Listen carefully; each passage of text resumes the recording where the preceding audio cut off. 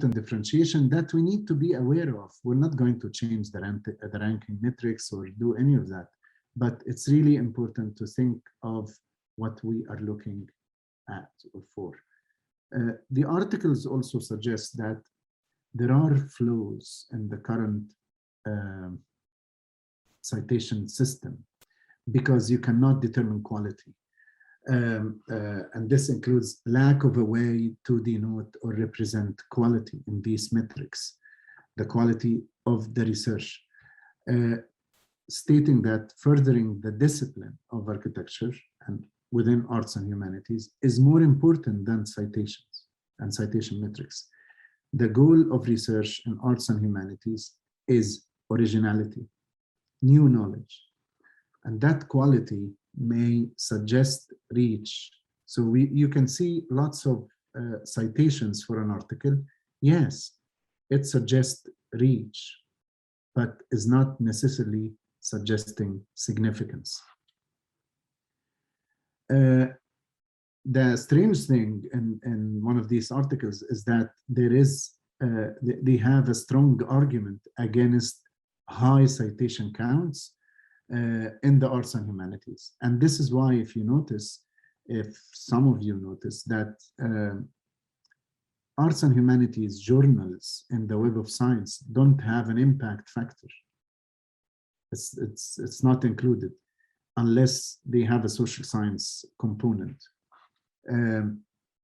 They are saying that unlike sciences, the counts do not necessarily reflect peer opinion. So these arguments are really important. And when we look here, there is a very interesting tool called SkyVal, which is one of Elsevier products, where you can look at different journals. This is not a ranking of anything or of any list. This is an exercise I was doing myself, trying to look at some metrics in a number of journals, trying to see issues related or metrics related to number of cited publications, international collaborations, each index of the journals, and so on and so forth. So this is an excellent collection of metrics that will allow you to understand the nature of these journals, but it will prove what the authors of these two papers have argued for. So the selection basically show that actual performance of journals, and if your university is ascribing to SkyVal, then you can really look into it and have and even play with some parameters and look at comparison to identify a journal that is related to your research topic before submission. When we look at this list, you can see, for example, building an environment, which is more engineering focused, cities, which is more social science focused, Journal of Environmental Psychology, which is again social science, urban studies, have good or high performance in all metrics. But here we are talking about very well established journals. It is also clear that, for example, when you look at the Journal of Architecture Education, which is the authority of architecture education in North America, or Architecture Theory Review, are ranked very, very low. So they don't do well in these metrics, which proves the point that the metrics are STEM biased. A couple of points about metrics and bibliometrics. Probably I will skip this and the coming ones. We often hear bibliometrics, metrics, altimetrics, and see them in publishers and journal websites. Basically, different types of metrics trying to relate to how a publication, how a disseminated or an output is valued through its presence in a specific database, through citation counts, citation per output, something called field weight citation impact, which looks at metrics relevant to the field, and this is very, very useful, field weight citation impact. I'm not going to talk about the calculations of these because it's going to take more time, but they are really very important to be aware of. Same thing applies to the H-index, and H-index is really important to understand, but not to use as a target. Use it as an information, but not use it as a target. And you can see that, for example, it varies across different databases based on the number of publications of an author found in that database. So you can see, for example, somebody whose H-index is 28 in Google, 22 in ResearchGate, 14 in Scopus, which means less publications are housed in these, and so on. People have accused H-index and said it doesn't refer to a time frame or a time period, or it doesn't show the significant publications of an author, and this is why other metrics have been generated like G-index and M-index, trying to place emphasis more on the weighting of the most cited publications or link that to a specific time frame. I'll skip this one. And I will conclude here by saying that for architecture and design research to take position, or their position, within the knowledge development fields within the university, effective research and effective and targeted dissemination should take place, and should be seen also from the perspective of the development of architecture, both as a discipline and as a profession. Thank you very much. Thank you very much, Ashraf. It's been a great presentation. So as I mentioned at the beginning, I'm going to start with a few specific questions relating to your expertise as the editor of 2 major journals. And hopefully we can get through those quickly and then get to the discussion part, because there's so many topics that you raised that I know probably almost everybody in the audience would like to join us and express their opinions on. So let me start by questions that we received from our survey. And the first is from, I'm going to start with Texas Tech for obvious reasons. Victoria McReynolds from Texas Tech University is asking about, can you offer some tips for structuring a creative practice methodology for an academic journal? Okay, that's a very, very important question. I would say it is really important to consider developing a theoretical base, because sometimes creative practice is based on the talent and guts of the designers. So theorizing that practice would be really important. That's one point. Its relevance to the development of the discipline would need to be highlighted. That's also another point.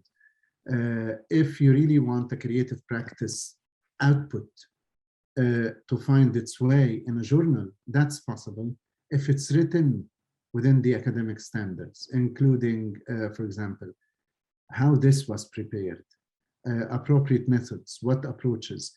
Even if the method is not a standard method, even if the method and the approach and the process is a very different method, it's really important. And why it is important? In my view, changing in methods would generate originality. Using common methods will not. So I would document the process. I would show the methodology, and also consider its relevance to the discipline and to society, and show some practical implications. Very good. So the next question is from Rosemary Rush from Bond University in Australia. What are the general criteria that you use for accepting or rejecting a journal article, or other editors that you know of? Okay. As I mentioned, I guess slide 35 would refer to that very well, but I would say, as we said, originality, relationship to the body of knowledge, methodology, presenting the findings clearly, implications, whether social, environmental, professional, practical, and then quality of communication. All these, I would say 99% of people would look at these. But it is really very important to consider that the topic warrant publication, because sometimes you can find researchers trying to argue for a topic that was discussed in the 50s, for example, or in the 60s. It doesn't have a place within the current discourse now. So I wouldn't consider that. Okay. So the next question is from Taysir Khari from Ain Shams University. And again, that's my alma mater, so I'm being biased here. I apologize. And she's asking an interesting question. So she's asking you if there are any fast journals that in publishing that you can recommend. Let me add to that question and ask you to speak to two issues that are, I think, relevant in journal publications or have been for some time: open access journals and predatory journals. And what relationship do you see, if any, between both? Okay. This is a very, very important question, and many are talking or discussing it in academia. Predatory journals, I would avoid them entirely. Entirely. I wouldn't go for that unless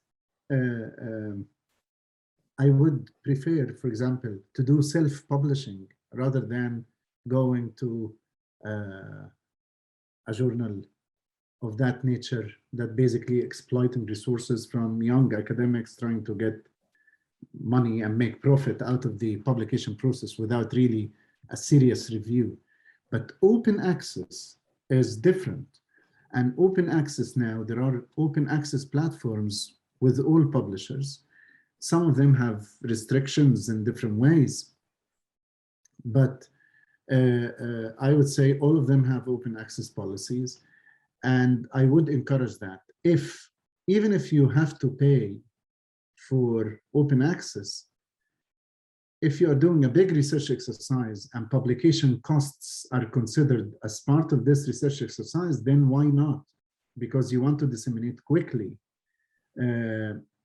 But some of them also have embargo period where people submit and then they are allowed to share their work after a certain time, let's say 6 months or 1 full year or things like that. Some would allow sharing the work immediately, but not the final version, the draft version. So all of these are possibilities within the open access, and I would encourage open access, but definitely not predatory journals. So how do you distinguish between the two? For a young architect or a young researcher who isn't really familiar with journals, sometimes they may look the same, even though I agree completely that they're very different. How do you tell the difference? Okay, I would focus on reputable publishers.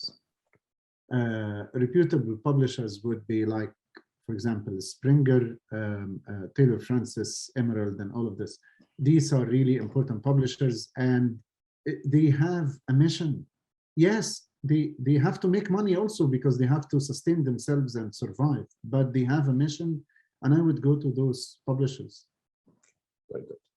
So Alina Cease from the Federal University of Rio de Janeiro is asking you, I think you addressed that in your presentation, but how does the researcher evaluate a journal's background and school of thought before applying? So you mentioned that that's important, but how do we do that? How do you do that? By looking at two things. One, interrogate the journal website, understand the authors, understand some of the papers that were published recently. These are very important. And I would also look at some of the metrics within the databases in which the journal exists.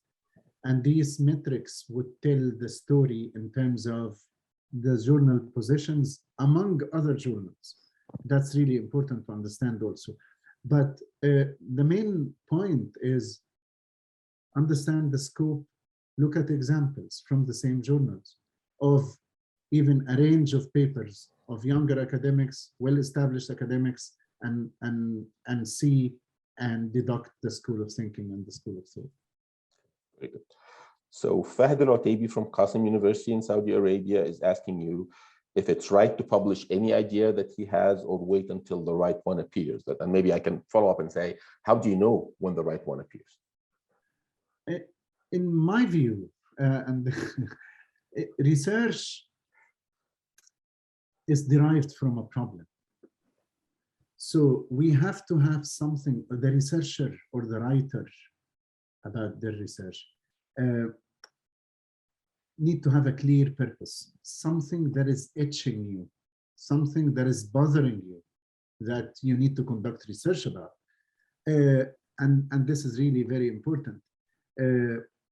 So finding and establishing the purpose could come either from a personal motivation or from recognition of specific problems that exist in society or in the environment, and then work on that from that point. Okay. Shama and Breen from the University of Engineering and Technology in Lahore, Pakistan, is asking about publishing out of PhD dissertations. What are your thoughts about that? Absolutely, very, very critical and very important to publish out of the PhD. And even as the PhD progresses, as the work, and if possible, and if your work is generating sufficient material that warrant publishing, then I would consider that. Myself personally, I would encourage my students and having dissemination plans, and I keep chasing them to develop their own papers as part of their PhD work as they progress. So the last question in this group is from Carolina Manrique in the University of Idaho, and she's asking about interdisciplinary research, which is another issue that you addressed. So she's asking about strategies for developing interdisciplinary research, and again, I would add on to that. Do you think journals currently support interdisciplinary research sufficiently? Okay, sufficiently, no. Okay. I would say it's difficult. Why? For example, if you find an architect is writing a paper with a biologist, the channel of dissemination would be a little bit difficult to find. But some publishers also are starting to generate open discipline journals, basically, like a portal that rely on specific reviews and very, very rigorous review, but without a discipline focus. So there are possibilities, and I think it's going that direction. Functioning and operating within academic tribes is going to change eventually, because the nature of the problems we are encountering require collaboration across disciplines, and then requires dissemination also across disciplines. So. Very good. So I'm going to move now to the next portion, in which we'll try to open the floor for discussion and comments from the audience. And I'm actually going to start with something that you ended with, which is that whole idea of how do we assess quality. And I'm doing that because you kind of reminded me of a previous lifetime in which I managed the ARCC conferences, and I faced the challenge of getting submissions from across the entire spectrum that you just described, and it is a vast spectrum, and comparing them to each other is impossible. So the question became, how do we assess quality and rigor in those? So I would pose that as a question: how do we assess quality and rigor? And if the metrics that currently exist do not allow us to do that, sometimes I saw that as an argument for not having any metrics or not having any assessment methods, which I personally don't agree with. But what is your position on that? So if the metrics are not suitable for us, what should we do? Okay. And then if you allow me, if anybody wants to like follow up after Professor Salama's comments, please raise your hand and I will call you. Go ahead, please. Thank you so much. I think it's both ways. One of the problems of architecture as a discipline is that we isolated ourselves, as I say, from other disciplines. We know how to speak to others, but we choose not to, in many ways. Architects are speaking among themselves, engineers are speaking among themselves. So in terms of assessing rigor and quality, I wouldn't follow rigor and quality that is followed in engineering disciplines. But at the same time, there has to be a measure that we look at, or lenses through which we look at quality and rigor. In terms of us, in terms of architecture and design research, definitely we look at the currency of the literature. That's an indication of quality. Clarity of objectives and questions, that's an indication of quality. How the methodology was pursued, that's an indication of rigor. How results were developed out of the methodology is an indication of rigor. So these are really important. That's at the level of reviewing a paper for a journal. When it comes to university assessment exercises that look at different forms of outputs, many of the outputs that are listed in the ACSA documents are really very important, but assessing them, there is no clear mechanism yet to assess these. Which is the challenge that we faced in putting that document together. Yeah. Dr. Saif Haq from Texas Tech University, you have a comment? Yes, I hope you can all hear me. We can. Thank you very much for that presentation. I really appreciate it, and it was nice to see you after a long time. Nice to see you too. Well, in your talk, you kind of alluded to reach and significance for journal articles or production, I guess. And honestly speaking, I was a bit disappointed because from my point of view, they are not separate. You seem to measure reach with citations and significance with something else. And I would like to put forward the claim that it gets reach because of significance. In other words, it's significant and therefore it's cited, and therefore it goes through the process of being cited and recited and so on and so forth. So again, I was a bit confused about why you made that distinction, and what would be your kind of response to me when I say that it has reach because it has significance, and therefore that you should not be separating those two out. Okay. No, this is, thank you very much for this important point. I would say reach and significance in an ideal world are very much related. But when you look at the practices of many journals and the practices of many academics, you would say that they are different. Why? For example, I have seen academics talking to other academics on the phone saying, have you cited my paper? So, which eventually, immediately tells us that reach is very different from significance. You can see articles that are published that are cited hundreds of times, but they are not really significant. They are significant in a way in terms of reach, but in terms of actual quality and actual contribution, it's not clear. So this is from where the separation comes, that's all, based on the practice of these. So can I tag on this comment and ask you about, for example, one of the easiest way of generating citations is to write lit review papers, right? And some journals welcome those types of papers, some don't. What is your position on that? State-of-the-art papers. Can you ask the question again, Dr. Hazm? Sorry. Sure. I was saying that one of the ways that some researchers use to generate a lot of citations is to write large state-of-the-art papers in which they essentially offer a literature review of a topic, which gets cited very quickly and very frequently because students, PhD students, researchers, anybody who's writing a literature review finds it very, very accessible. I know journals who welcome these types of papers because they do represent the state-of-the-art of knowledge in a certain area, and others who actually actively discourage them. What do you think about those types of papers? Okay,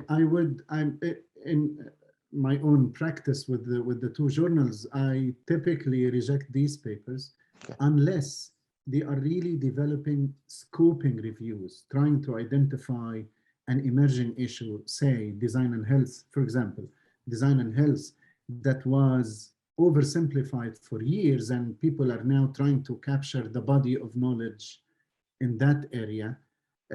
Impact of whatever pandemics on urban form historically.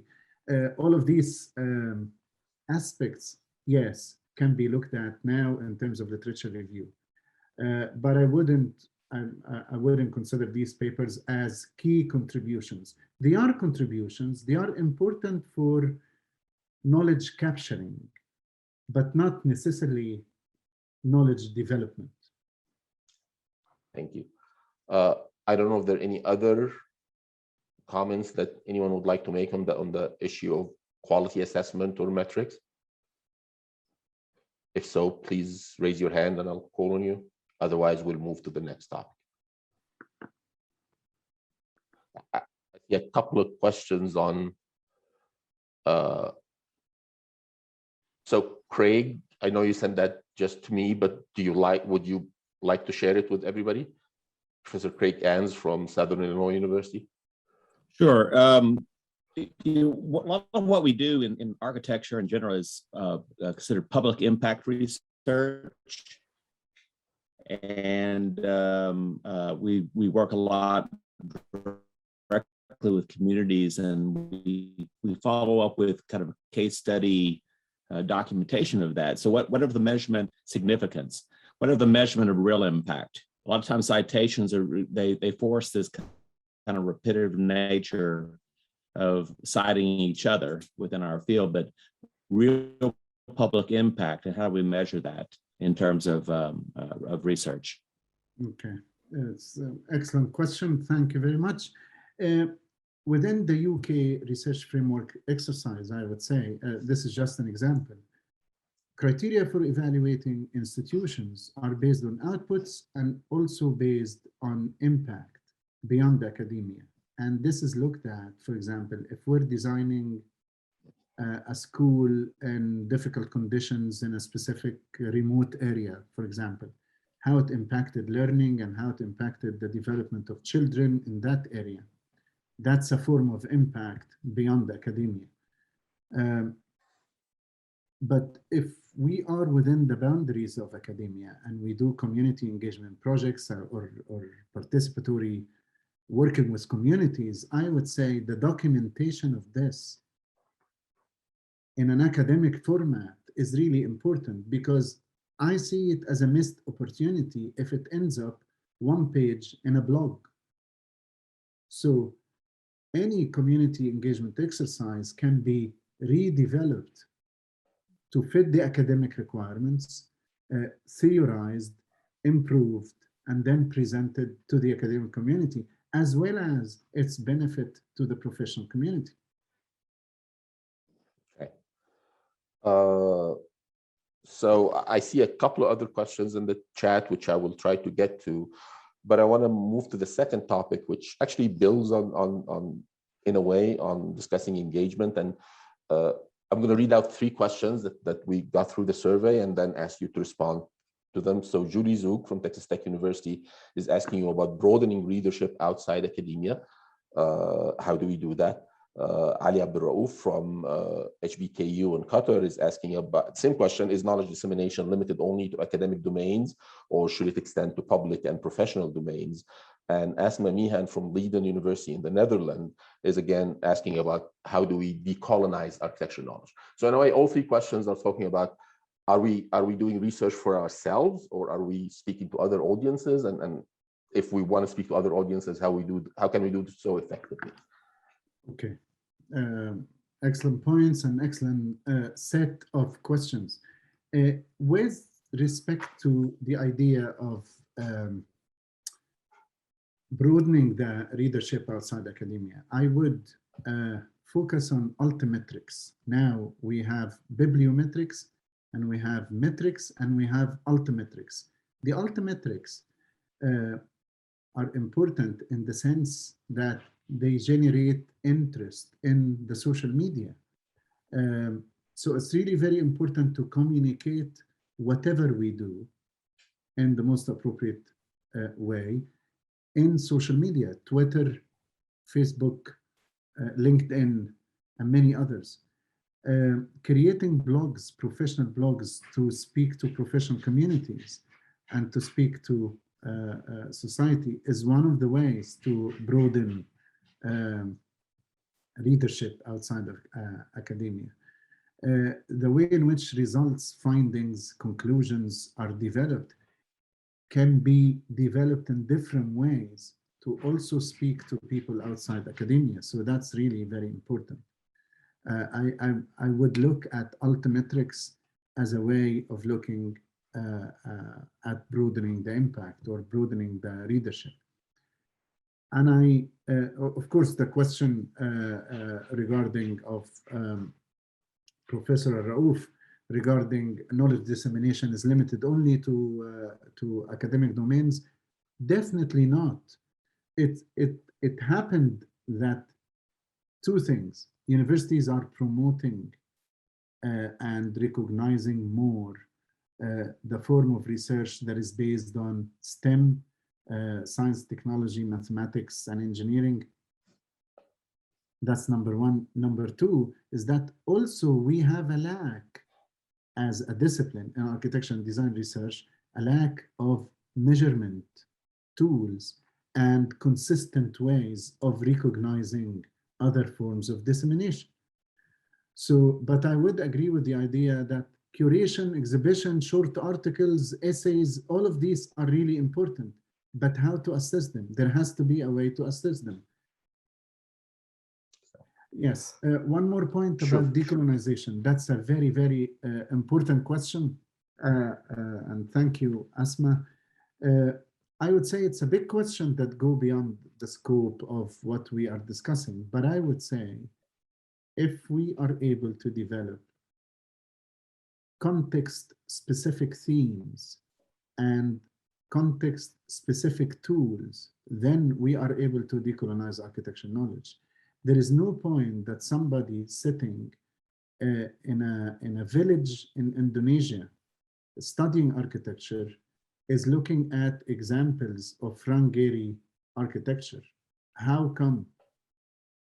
There are thousands and millions of examples of architects everywhere around the world that we can learn from. And this is the first step to decolonize architecture education or to decolonize architecture knowledge beyond, I would say, the European and Western authority and Western canons of architecture and architecture knowledge. Very good. So again, if you want to join the discussion, please raise your hand and I will call on you. I'm going to move to a couple other questions that are somewhat related. So Professor Julia Robinson from the University of Minnesota, who's not with us, but she did ask me to pass her regards. She's asking, how do we help the world to understand the fundamental importance of the environment in shaping and making the necessary changes? And that's an important question. As an administrator, I struggle with that because I want to convince the upper administration that what we do is valuable, right? So how do I do that would be a question through dissemination. And then Professor Ryan Smith from Washington State is asking another question about how do we come up with questions for research, relevant questions for research. So he says that it seems that we often ask questions that are not relevant to industry and don't know how to probe industry or partner with them to discover what is important. So when we do disseminate the work, it is not consumed by the people who are actually going to make it happen. So how would you respond to that? Okay. The response to the first question of Professor Julia Robinson, it's a big question and an umbrella question, but I would say the first step towards a recognition is that now we are looking at problems that we created and challenges that we created, and now we are seeking solutions to them. I would say conducting research in these areas, in areas that are of importance and part of university priorities, would be really important to be able to speak to the university. That's one. Trying to speak different languages is really important, because now the majority of universities around the world are governed by engineering and science more than humanities. And this is really having a negative impact on arts and humanities and architecture. So the point here is to try to have diversify the dissemination channels as much as possible. When top administration in universities see that there is news coverage of an architecture work, they will start to get the idea that those people are contributing well. The point is that, again, there is not enough coverage of what we do, and this is why, or requires dissemination of, diversification of dissemination channels.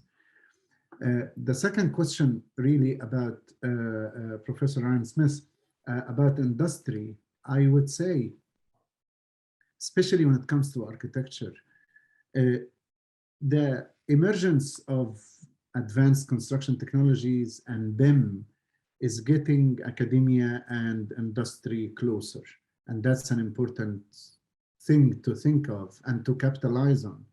And in my view, engaging industry in teaching practices would generate joint interest in specific research topics that will eventually lead to research partnerships and doing things for industries. So I would engage the industries more, bring the industry to the university, see the value of what architects do. And the first thing that they see is the studio and what the students produce and generate, and how this can lead to research activities. So Abir Al-Laham, I see your hand raised. Do you want to ask Hello, a question? thank you, Professor Ashraf, for the wonderful talk, lengthy but so informative. I have actually two questions or comments.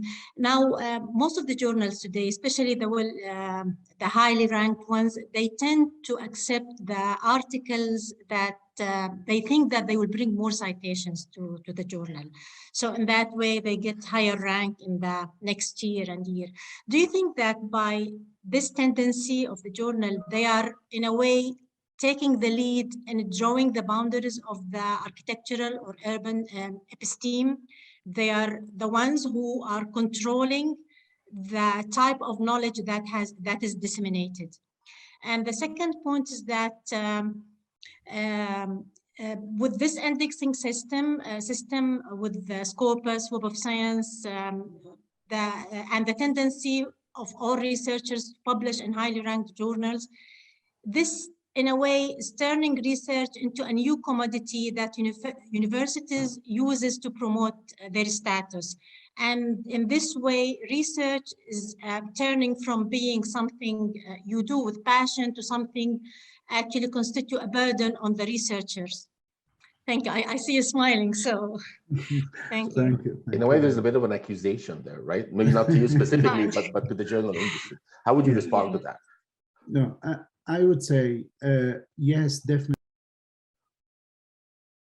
Oh, sorry. I think you got muted. Yeah, sorry. Editors of journals are controlling the type of knowledge generated, but not necessarily for the purpose of citations, but some of them are really focusing on, for example, specific ideas that they want to promote, or specific even contexts that they want to promote. And there is no escape from this unless some journals, I witnessed it myself, certain journals, part of one specific publisher, had specific editors that you cannot really even make a submission because your work doesn't fit his own interest, not the interest of the journal. So, which ends up of a full control, and there is no escape of this, I would say, Dr. Abir.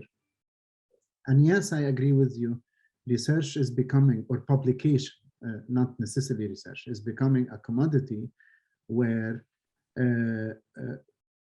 universities are using it to brag about their positions, international positions, or positions in different league tables or different rankings through publications and these metrics.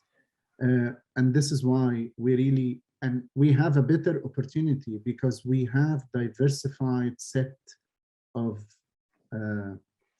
channels for dissemination that we are not utilizing effectively.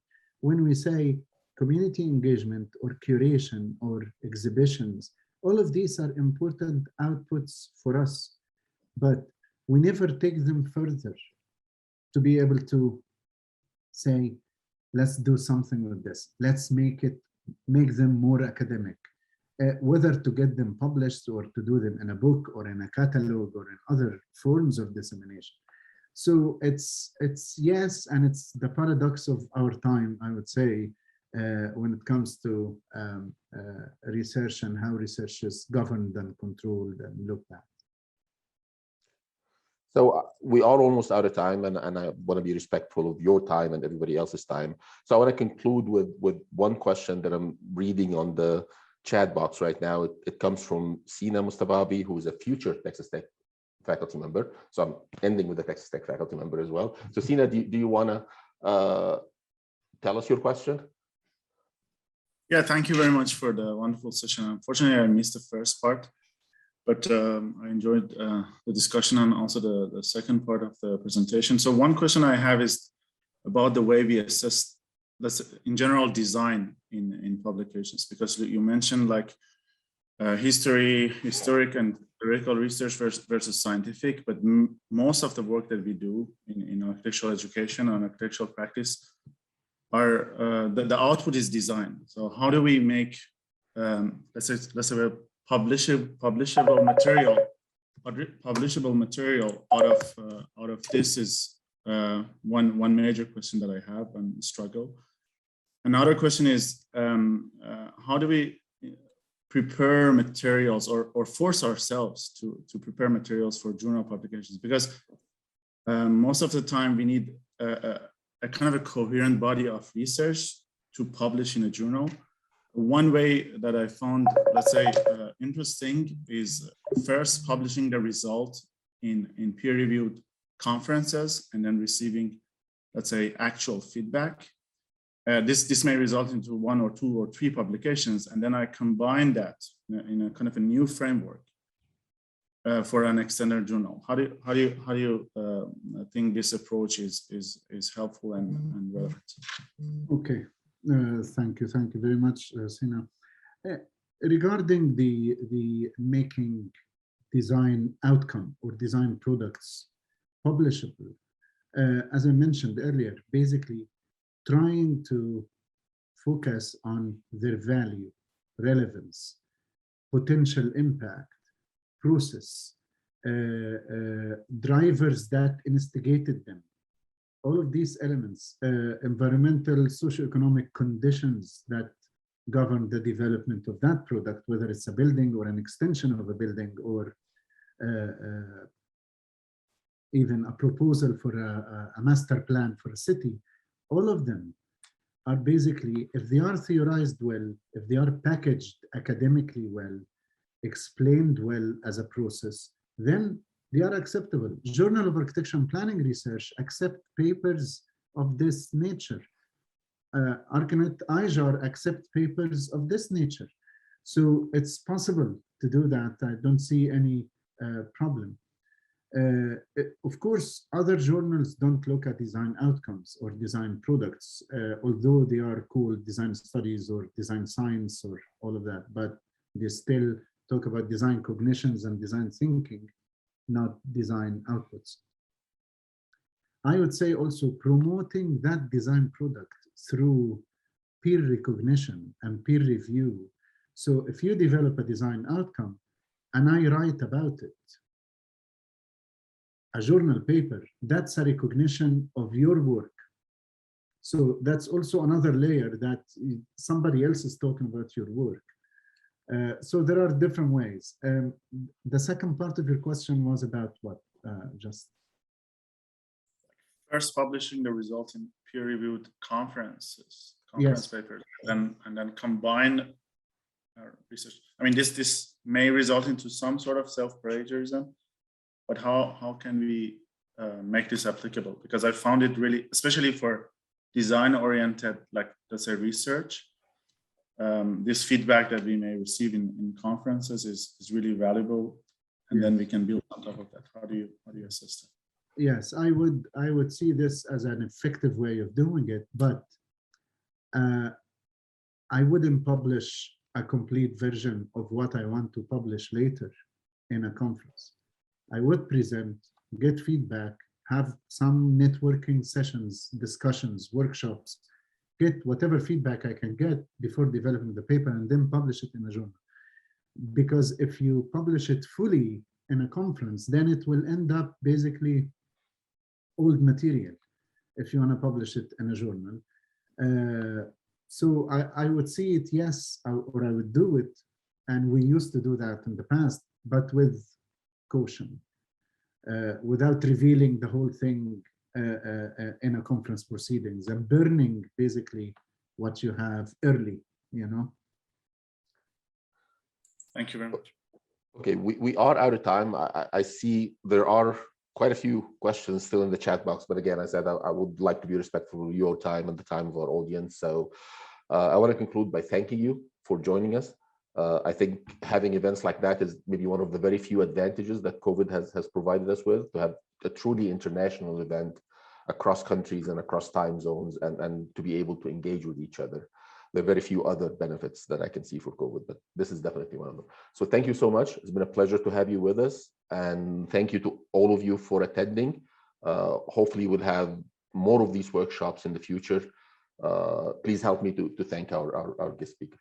Thank you, Ashraf. Thank you very much. Thank you. Okay, thank you all. As I mentioned at the beginning, this session has been recorded, and we will post the recording online probably after the holidays, to be honest. And once we do, we will send everybody who's registered for the event a link to be able to access that. Thank you very much. Thank you. Bye-bye. Bye-bye.